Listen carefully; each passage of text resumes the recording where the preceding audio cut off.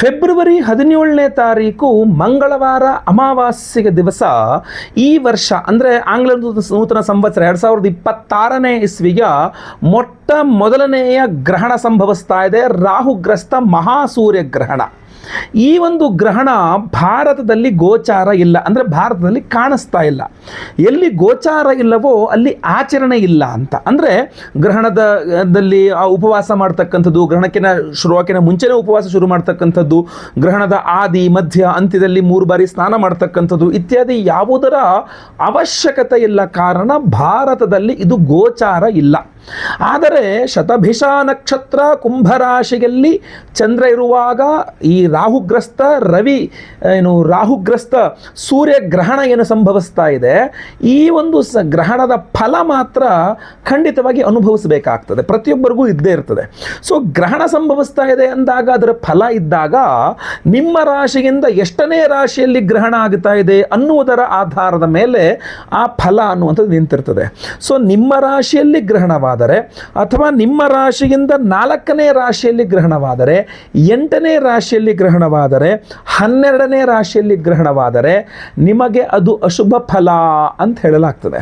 ಅಂದರೆ ಯಾವ ರಾಶಿಯಲ್ಲಿ ಗ್ರಹಣ ಆಗುತ್ತಾ ಇದೆ, ಯಾವ ನಕ್ಷತ್ರದಲ್ಲಿ ಗ್ರಹಣವಾಗುತ್ತಾ ಇದೆ ಅದು ನಿಮಗೆ ಅಶುಭ ಫಲವಾಗುತ್ತದೆ. ಅದರಿಂದ ಹೊರತುಪಡಿಸಿ ನಿಮ್ಮ ರಾಶಿಯಿಂದ ಎಷ್ಟನೇ ರಾಶಿ ಆಗ್ತದೆ, ಗ್ರಹಣ ಆಗ್ತಾ ಇದೆ ಎಷ್ಟನೇ ರಾಶಿಯಲ್ಲಿ ಅನ್ನುವಂಥದ್ದು ಮುಖ್ಯವಾಗಿರ್ತದೆ.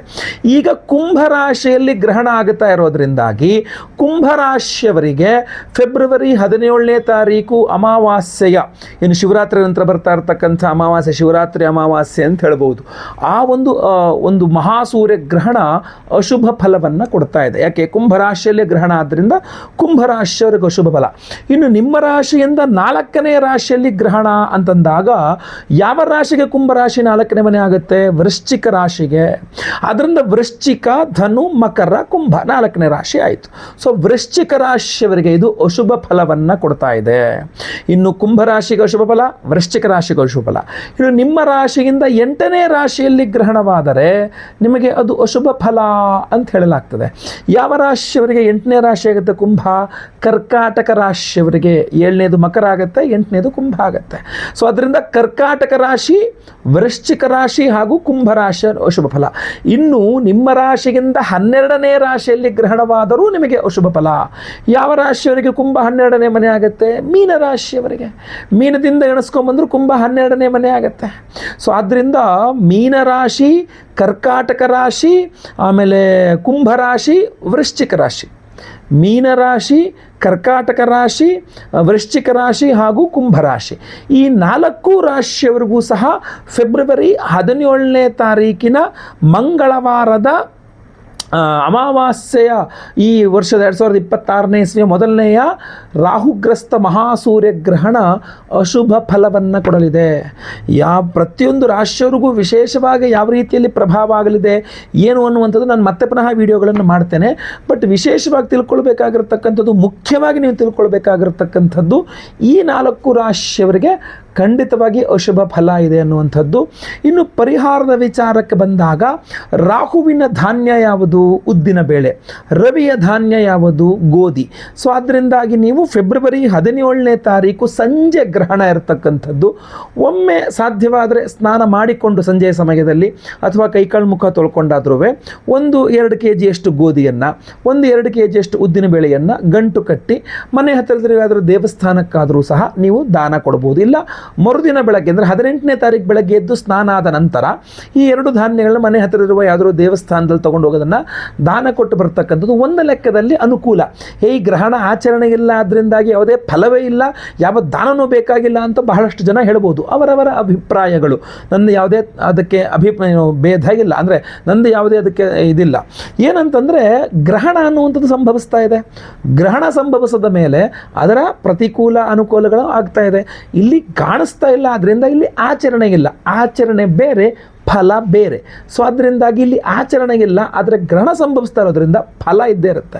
ಸೊ ಅದರಿಂದ ನೀವು ದಾನಾದಿಗಳು ಕೊಟ್ಟುಕೊಳ್ತಕ್ಕಂಥದ್ದು ಶ್ರೇಯಸ್ಕರ ಅನ್ನುವಂಥದ್ದು ಒಂದು ಕಡೆ. ಇನ್ನೊಂದು, ನಾವು ಸಹ ವಿಶೇಷವಾದಂತಹ ದೇವತಾರಾಧನೆಗಳನ್ನು ಮಾಡ್ತಾ ಇದ್ದೇವೆ ಈ ಗ್ರಹಣ ದೋಷ ಪರಿಹಾರಕ್ಕೋಸ್ಕರವಾಗಿ. ಫೆಬ್ರವರಿ 17ನೇ ತಾರೀಕು ಮಂಗಳವಾರ ಅಮಾವಾಸ್ಯೆ ಮಹಾಸೂರ್ಯ ಗ್ರಹಣದ ದಿವಸವೇ ನಮ್ಮ ಯಾಗಶಾಲೆಯಲ್ಲ, ಉತ್ತರದ ನೇಪಾಳದ ಪಶುಪತಿನಾಥನ ಸನ್ನಿಧಾನದಲ್ಲಿ, ಜ್ಯೋತಿರ್ಲಿಂಗ ಸ್ವರೂಪಿ ಪಶುಪತಿನಾಥನ ಸನ್ನಿಧಾನದಲ್ಲಿ ಈ ಬಾರಿಯ ನಮ್ಮ ವಿಶೇಷವಾದಂತಹ ದೇವತಾರಾಧನೆಗಳನ್ನು ನಾವು ಪ್ಲ್ಯಾನ್ ಮಾಡಿರ್ತಕ್ಕಂಥದ್ದು. ನಮಗೆಲ್ಲ ಗೊತ್ತಿರ್ತಕ್ಕಂಥ ಹಳಬರಿಗೆಲ್ಲ ಗೊತ್ತಿರ್ತದೆ, ಪ್ರತಿ ವರ್ಷಕ್ಕೊಮ್ಮೆ ನಾವು ನೇಪಾಳದ ಪಶುಪತಿನಾಥನ ಸನ್ನಿಧಾನದಲ್ಲಿ ಶಿವರಾತ್ರಿ ಅಮಾವಾಸ್ಯೆ ದಿವಸ ನಾವು ದೇವತಾರಾಧನೆಯನ್ನು ಮಾಡ್ತೇವೆ. ಸೊ ಈ ಬಾರಿಯೂ ಅದಕ್ಕೆ ಹೊರತಲ್ಲ, ಈ ಬಾರಿಯೂ ಸಹ ಅಂತಹ ದಿವ್ಯ ಪವಿತ್ರವಾದಂತಹ ಕ್ಷೇತ್ರದಲ್ಲಿಯೇ ನಾವು ದೇವತಾರಾಧನೆಯನ್ನು ಹೋಮಗಳನ್ನು ಮಾಡ್ತಾ ಇದ್ದೇವೆ. ಪರಿಹಾರ ಶಾಂತಿಗಳನ್ನು ಯಾವ ರೀತಿ ಶಾಂತಿಗಳನ್ನು ಮಾಡ್ತಾ ಇದ್ದೀವಿ ಈ ಬಾರಿ ನೋಡ್ಕೊಳ್ಳಿ. ಬಹಳ ಮುಖ್ಯವಾಗಿ ಶಿವರಾತ್ರಿ ಅಮಾವಾಸ್ಯೆ ಶಿವನ ಸನ್ನಿಧಾನವಾದ ಕಾರಣ ರುದ್ರಹೋಮವನ್ನು ಮಾಡಲೇಬೇಕು. ನಾವು ರುದ್ರಹೋಮವನ್ನು ಮಾಡ್ತಾ ಇದ್ದೇವೆ. ಜೊತೆಗೆ ಅವತ್ತಿನ ದಿವಸವೇ ರಾಹುಗ್ರಸ್ತ ಮಹಾಸೂರ್ಯಗ್ರಹಣ ಇರೋದ್ರಿಂದಾಗಿ ನಾವು ಸೂರ್ಯಗ್ರಹಣ ಶಾಂತಿ ಹೋಮವನ್ನು ಸಹ ಮಾಡ್ತಾ ಇದ್ದೇವೆ. ಅದರ ಜೊತೆಯಲ್ಲಿ ಮಹಾಪ್ರತ್ಯಂಗಿರಾ ಹೋಮವನ್ನು ಮಾಡ್ತಾ ಇದ್ದೇವೆ. ಈ ಮಾಟ ಮಂತ್ರ, ಶತ್ರುಬಾಧೆ, ದೃಷ್ಟಿದೋಷ ಇತ್ಯಾದಿಗಳೆಲ್ಲ ಪರಿಹಾರಕ್ಕೋಸ್ಕರವಾಗಿ ಮಹಾಪ್ರತ್ಯಂಗಿರ ಹೋಮವನ್ನು ಮಾಡ್ತಾ ಇರತಕ್ಕಂಥದ್ದು. ಜೊತೆಗೆ ಮಹಾಮೃತ್ಯುಂಜಯ ಹೋಮವನ್ನು ಮಾಡ್ತಾ ಇದ್ದೇವೆ. ಜೊತೆಗೆ ಈ ಬಾರಿ ಬಹಳ ಪ್ರಮುಖವಾಗಿ ಇಂದ್ರಾಷ್ಟ ದಿಗ್ಬಂಧನ ಹೋಮ ಅಂತ ಒಂದು ವಿಶೇಷವಾದಂತಹ ದಿಗ್ಬಂಧನ ಹೋಮವನ್ನು ಮಾಡ್ತಾ ಇದ್ದೇವೆ. ಇದೆಲ್ಲ ಮಾಡಿ ವಿಶೇಷವಾದಂತಹ ಪ್ರಸಾದವನ್ನು ಕೊಡ್ತಾ ಇರತಕ್ಕಂಥದ್ದು ನಾವು ಯಾವುದಪ್ಪ ಅಂತಂದರೆ ಈ ಒಂದು ವಿಶೇಷವಾಗಿರತಕ್ಕಂಥ ಪ್ರಸಾದ. ಇದು ಮಹಾರುದ್ರ ತ್ರಿಶಕ್ತಿ ಮಾಲೆ. ಇದರಲ್ಲಿ 3 ವಿಧದ ವಿಶೇಷವಾದಂತಹ ಒಂದು ದ್ರವ್ಯಗಳಿದೆ. ಇದರ ಒಂದು ಬಂದು ಕರುಂಗಾಲಿ ಮಾಲೆ, ಎಲ್ಲರಿಗೂ ಗೊತ್ತಿರತಕ್ಕಂಥ, ನಾವು ಈ ಹಿಂದೆ ಸಹ ಕೊಟ್ಟಿದ್ದೇವೆ ಕರುಂಗಾಲಿ ಮಾಲೆ ಅಂಥೇಳಿ. ಎರಡನೇದು ವ್ಯಾಘ್ರನೇತ್ರ ರತ್ನ ಮಾಲೆ, ವ್ಯಾಘ್ರನೇತ್ರ ರತ್ನ ಮಣಿಗಳು. ಇನ್ನು ಮೂರನೇದು ಜ್ವಾಲಾಮುಖಿ ರತ್ನಗಳು. ಸೊ 3 ಅದ್ಭುತವಾದಂತಹ ತ್ರಿಶಕ್ತಿಗಳನ್ನು ಸೇರಿಸಿರ್ತಕ್ಕಂಥದ್ದು. ಒಂದು ಕರುಂಗಾಲಿ, ಇನ್ನೊಂದು ವ್ಯಾಘ್ರನೇತ್ರ ರತ್ನ ಹಾಗೂ ಇನ್ನೊಂದು ಜ್ವಾಲಾಮುಖಿ. ಈ ಒಂದು ವಿಶೇಷವಾದಂತಹ ತ್ರಿಶಕ್ತಿ ಮಾಲೆಯನ್ನು, ರುದ್ರ ತ್ರಿಶಕ್ತಿ, ಮಹಾರುದ್ರ ತ್ರಿಶಕ್ತಿ ಮಾಲೆ ಇದು.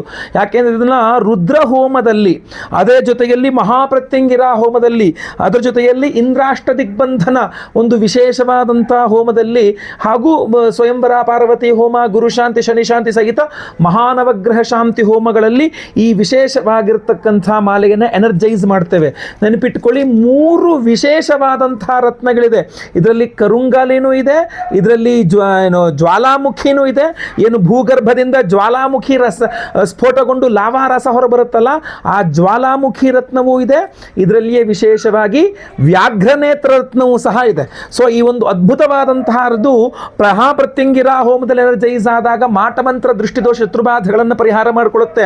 ವ್ಯಾಘ್ರನೇತ್ರ ರತ್ನವೂ ಇರೋದ್ರಿಂದಾಗಿ ಇದು ನಿಮ್ಮ ದೃಷ್ಟಿದೋಷಾದಿಗಳನ್ನು ಪರಿಹಾರ ಮಾಡಿಕೊಡುತ್ತೆ. ಇದರಲ್ಲಿ ಜ್ವಾಲಾಮುಖಿ ರತ್ನ ಇರೋದ್ರಿಂದ ಇಂದ್ರಾದ್ಯಷ್ಟ ದಿಕ್ಪಾಲಕ, ವಿಶೇಷವಾದ ಇಂದ್ರಾಷ್ಟ ದಿಕ್ಪಾಲಕ ಹೋಮಗಳಲ್ಲಿ ಇದು ಎನರ್ಜೈಸ್ ಆಗೋದ್ರಿಂದಾಗಿ ನಿಮಗೆ ದಿಗ್ಬಂಧನ, ಒಂದು ನೆಗೆಟಿವ್ ಎನರ್ಜೀಸ್ ಹೊರಗೋಗಬೇಕು, ಇನ್ನೊಂದು ದಿಗ್ಬಂಧನದಿಂದ ಯಾವುದೇ ನೆಗೆಟಿವ್ ಎನರ್ಜೀಸ್ ನಿಮ್ಮನ್ನು ತಾಕಬಾರದು. ಅಂತಹ ಅದ್ಭುತವಾದಂತಹ ಈ ಒಂದು ಮಾಲೆಯನ್ನು ಶಿವರಾತ್ರಿ ಅಮಾವಾಸ್ಯೆ ಮಹಾಸೂರ್ಯಗ್ರಹಣ ಪರ್ವ ದಿನದಂದು ನೇಪಾಳದ ಪಶುಪತಿನಾಥನ ಸನ್ನಿಧಾನದಲ್ಲಿ ಇದನ್ನು ಎನರ್ಜೈಸ್ ಮಾಡಿ ನಾವು ನಿಮಗೆ ಕೊಡ್ತಾ ಇರ್ತಕ್ಕಂಥದ್ದು, ಕಳಿಸ್ಕೊಡ್ತಕ್ಕಂಥದ್ದು. ಇದನ್ನೇ ಅಲ್ಲಿಗೆ ತೆಗೆದುಕೊಂಡು ಹೋಗಿ ಅಲ್ಲೇ ಎಲ್ಲ ಎನರ್ಜೈಸ್ ಮಾಡಿ ಮತ್ತೆ ವಾಪಸ್ ಅಲ್ಲಿಂದ ತಂದು ನಾವು ನಿಮಗೆ ಕಳಿಸ್ಕೊಡ್ತೇವೆ. ಫೆಬ್ರವರಿ 17ನೇ ತಾರೀಕು ಮಂಗಳವಾರವೇ ಹೋಮ ಇರತಕ್ಕಂಥದ್ದು. ನಾನು ಮತ್ತೆ ಪುನಃ ವಾಪಸ್ ಅಲ್ಲಿಂದ ಬಂದು ನಾವಿಲ್ಲಿ ಪ್ರಸಾದವನ್ನು ಕೊಟ್ಟು ನಾವು ನಿಮಗೆ ಇದನ್ನು ಕಳಿಸ್ಕೊಡ್ತಕ್ಕಂಥದ್ದಾಗಿರ್ತದೆ. ಈ ಸಮಯವನ್ನು ನೀವು ಗಮನಿಸಬೇಕು. ನಾನು ಯಾವುದೋ ಪಕ್ಕದ ಊರಿಗೋ, ಪಕ್ಕದ ಜಿಲ್ಲೆಗೋ, ಪಕ್ಕದ ರಾಜ್ಯಕ್ಕೆ ಹೋಗ್ತಾ ಇಲ್ಲ, ಪಕ್ಕದ ದೇಶಕ್ಕೆ ಹೋಗ್ತಾ, ಇನ್ನೊಂದು ದೇಶಕ್ಕೆ ಹೋಗ್ತಾ ಇರತಕ್ಕಂಥದ್ದು. ಸೊ ಅದರಿಂದಾಗಿ ಆ ದೇಶ ಅಂದರೆ ನೇಪಾಳ ದೇಶದಲ್ಲಿ ನಮ್ಮ ಜ್ಯೋತಿರ್ಲಿಂಗ ಅಂತಂದರೆ ಜ್ಯೋತಿರ್ಲಿಂಗದ ಇನ್ನೊಂದು ಭಾಗ ಅಂತ ಹೇಳ್ತಾರೆ, ಮುಖ ಭಾಗ ಅಂತ ಹೇಳ್ತಾರೆ ಪಶುಪತಿನಾಥನನ್ನ. ಇಲ್ಲಿ ಬೆನ್ನಿನ ಭಾಗ ಬಂದು ಕೇದಾರನಾಥ, ಮುಖ ಭಾಗ ಬಂದು ಪಶುಪತಿನಾಥ ಅಂತ ಹೇಳ್ತಾರೆ. ಆ ಪಶುಪತಿನಾಥ ಜ್ಯೋತಿರ್ಲಿಂಗದ ಸನ್ನಿಧಾನದಲ್ಲಿ ಶಿವರಾತ್ರಿ ಅಮಾವಾಸ್ಯೆ ಮಹಾಸೂರ್ಯಗ್ರಹಣದ ಒಂದು ವಿಶೇಷ ಪರ್ವ ದಿನದಂದೇ ಈ ವಿಶೇಷವಾದಂತಹ ಮಾಲೆಯನ್ನು ಎನರ್ಜೈಸ್ ಮಾಡಿ ಪ್ರತಿಯೊಬ್ಬರಿಗೂ ಸಹ ಕೊಡ್ತಾ ಇದ್ದೇವೆ. ಈ ಒಂದು ಅದ್ಭುತವಾದಂತಹ ಮಹಾರುದ್ರ ತ್ರಿಶತಿ ವಿಶೇಷ ಮಾಲೆಯನ್ನು ದಯವಿಟ್ಟು ನೀವು ಮಿಸ್ ಮಾಡ್ಕೊಳ್ಳೋಕೆ ಹೋಗ್ಬಿಡಿ. ಸಂಕಲ್ಪ ಸೇವೆಗೆ ಹೆಸರು ಕೊಟ್ಕೊಳ್ಳಿ. ಸ್ಕ್ರೀನ್ ಮೇಲೆ ಕಾಣ್ತಾ ಇರ್ತಕ್ಕಂಥ ನಂಬರ್ಗೆ ನಿಮ್ಮ ಹೆಸರು, ಗೋತ್ರ ಗೊತ್ತಿದ್ರೆ, ನಕ್ಷತ್ರ ಗೊತ್ತಿದ್ರೆ, ರಾಶಿ ಗೊತ್ತಿದ್ರೆ ಬೇಗ ಬೇಗ ವಾಟ್ಸಪ್ ಮಾಡ್ಕೊಳ್ಳಿ. ಲೈವಲ್ಲಿ ನೇಪಾಳದಲ್ಲಿ ನಿಮ್ಮ ಹೆಸರು ಸಂಕಲ್ಪ ಆಗ್ತಕ್ಕಂಥದ್ದು ನೀವು ಇಲ್ಲೇ ಕೂತ್ಕೊಂಡು ನಿಮ್ಮ ಮನೆಯಲ್ಲಿ ನೋಡ್ಕೊಳ್ಬಹುದಾಗಿರ್ತದೆ. ನೇಪಾಳದಲ್ಲಿ ನಾನು ಸಂಕಲ್ಪ ಮಾಡ್ತಾ ಇರ್ತೇನೆ, ಹೆಸರು ನಾನೇ ಕೂತ್ ಸಂಕಲ್ಪ ಮಾಡ್ತೇನೆ. ನೀವು ಇಲ್ಲಿ ನಿಮ್ಮ ಮನೆಗಳಲ್ಲಿ ಕೂತ್ಕೊಂಡು ನಿಮ್ಮ ಹೆಸರು ಅಲ್ಲಿ ಸಂಕಲ್ಪ ಆಗೋದು ನೀವು ಲೈವಲ್ಲಿ ನೋಡಬಹುದಾಗಿರ್ತದೆ. ಎಲ್ಲ ಹೋಮಗಳನ್ನು ನಾವು ನೇಪಾಳದಲ್ಲಿ ಮಾಡುವ ಎಲ್ಲ ಹೋಮಗಳನ್ನು ನೀವು ಇಲ್ಲೇ ಕೂತ್ಕೊಂಡು ಲೈವ್ ನೋಡಬಹುದು. ಎಲ್ಲ ಹೋಮಗಳ ಭಸ್ಮ, ಕುಂಕುಮಾರ್ಚನೆ, ಕುಂಕುಮ ಪ್ರಸಾದ್ ಜೊತೆಗೆ ಈ ವಿಶೇಷವಾದಂತಹ ಮಹಾರುದ್ರ ತ್ರಿಶಕ್ತಿ ಒಂದು ಮಾಲೆಯನ್ನು ನಾವು ಅಲ್ಲಿಂದ ಎನರ್ಜೈಸ್ ಮಾಡ್ಕೊಂಡು ತಗೊಂಡಿರ್ತಕ್ಕಂಥ ನಿಮಗೆ ಸ್ಪೀಡ್ ಪೋಸ್ಟಲ್ಲಿ ಕಳಿಸ್ಕೊಡ್ತೇವೆ. ಸೊ ದಯವಿಟ್ಟು ಸ್ಕ್ರೀನ್ ಮೇಲೆ ಕಾಣುವಂಥ ನಂಬರ್ಗೆ ನೀವು ಸಂಕಲ್ಪ ಸೇವೆ ಕೊಟ್ಕೊಳ್ಬಹುದಾಗಿರ್ತದೆ. ಬಹಳ ಲಿಮಿಟೆಡ್ ಆಗಿ ನಾವು ಮಾಲೆ ಮಾಡಿಸಿರ್ತಕ್ಕಂಥದ್ದು. ಸೊ ದಯವಿಟ್ಟು ಬೇಗ ಬೇಗ ನಿಮ್ಮ ವಿವರಗಳನ್ನೆಲ್ಲ ವಾಟ್ಸಪ್ ಮಾಡ್ಕೊಳ್ಳಿ ಸ್ಕ್ರೀನ್ ಮೇಲೆ ಕಾಣ್ತಾ ಇರ್ತಕ್ಕಂಥ ನಂಬರ್ಗೆ. ಹಾಗೂ ಈ ವಿಡಿಯೋನ ಪ್ರತಿಯೊಬ್ಬರಿಗೂ ರೀಚ್ ಆಗೋ ಥರ ದಯವಿಟ್ಟು WhatsApp, Facebook, messenger, Telegram, Instagram ಎಲ್ಲ ಕಡೆ ಸಾಮಾಜಿಕ ಜಾಲತಾಣಗಳಲ್ಲಿ ವಿಡಿಯೋನ ಶೇರ್ ಮಾಡಲಿಕ್ಕೆ ಮರಿಬೇಡಿ. ನೀವಿನ್ನು ಸಬ್ಸ್ಕ್ರೈಬ್ ಮಾಡ್ಕೊಂಡಿನ ಚಾನಲ್ ಅಂದರೆ ದಯವಿಟ್ಟು ಕೆಳಗಡೆ ಸಬ್ಸ್ಕ್ರೈಬ್ ಅಂತ ಬಟನ್ ಅಂತೆ ಸಬ್ಸ್ಕ್ರೈಬ್ ಮಾಡಿಕೊಂಡು ಬೆಲ್ ಬಟನ್ ಹೊತ್ಕೊಂಡು ಆಲ್ ಅಂತ ಮಾಡಲಿಕ್ಕೆ ಮರಿಬೇಡಿ. ಫೇಸ್ಬುಕ್ಕಲ್ಲಿ ನೋಡ್ತಾ ಇದ್ದೀರಾ, ನಮ್ಮ ಪೇಜನ್ನು ಫಾಲೋ ಮಾಡಲಿಕ್ಕೆ ದಯವಿಟ್ಟು ಮರಿಬೇಡಿ. ಮುಂದುವರೆದಲ್ಲಿ ಮತ್ತೆ ಪುನಃ ಸಿಗ್ತಾನೆ. ಎಲ್ಲರಿಗೂ ಸಹ ಒಳ್ಳೆಯದಾಗಲಿ. ಲೋಕ ಸಮಸ್ತ ಸುಖಿನೋ ಭವಂತು. ನಾರಾಯಣ ನಾರಾಯಣ ನಾರಾಯಣ.